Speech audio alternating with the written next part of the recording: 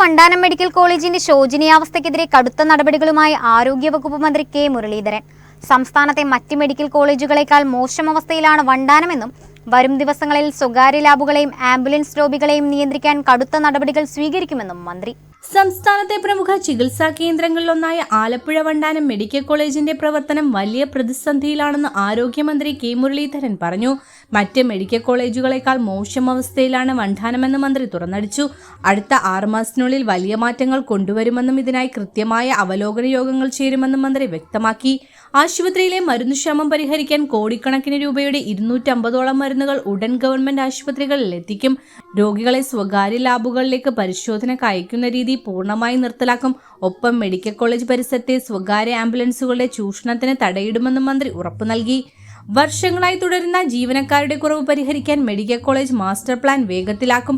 പകരം ആളുകളെത്തിയ ശേഷമേ ജീവനക്കാർക്ക് സ്ഥലം മാറ്റം അനുവദിക്കൂ. മുൻപ് മാറ്റിയ പോസ്റ്റുകൾ തിരികെ കൊണ്ടുവരും. കൂടാതെ കഴിഞ്ഞ 10 വർഷത്തെ ഹോസ്പിറ്റൽ ഡെവലപ്മെന്റ് സൊസൈറ്റി അഥവാ HDS പ്രവർത്തനങ്ങളെക്കുറിച്ച് സമഗ്ര ഓഡിറ്റിംഗിനും ഉത്തരവിട്ടിട്ടുണ്ട് മന്ത്രി. HDS മറ്റ് മെഡിക്കൽ കോളേജിനേക്കാൾ മോശപ്പെട്ട അവസ്ഥയാണ് ഇവിടെ. സാധാരണ HDSന്റെ ഫണ്ട് കൊണ്ടാണ് പല ഡെവലപ്മെന്റ് നടത്താറുള്ളത്. ഇവിടെ അനാവശ്യമായിട്ട് കുറെ സ്റ്റാഫിനെ വെച്ചു അല്ലാതെ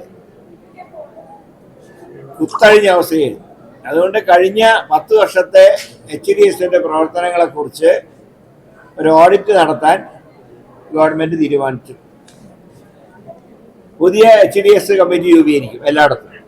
പുതിയ ഗവൺമെന്റ് വന്നതിന് ശേഷം HDS രൂപീകരിച്ചിട്ടില്ല.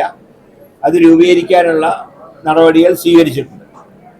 അതുപോലെ തന്നെ ക്രിട്ടിക്കൽ കെയർ ബ്ലോക്കിൽ CT സ്കാന്, അതുപോലെ ക്രിട്ടിക്കൽ കെയർ തുടങ്ങിയ ഉടൻ തന്നെ സ്ഥാപിക്കും.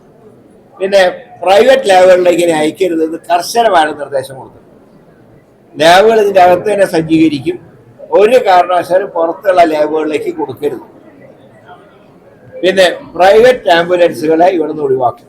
ആശുപത്രിക്കകത്ത് പ്രൈവറ്റ് ആംബുലൻസ് പാടില്ല. അതുപോലെ തന്നെ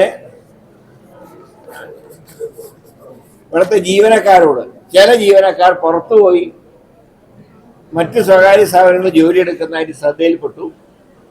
അത് കർശനമായി നിരോധിച്ചു.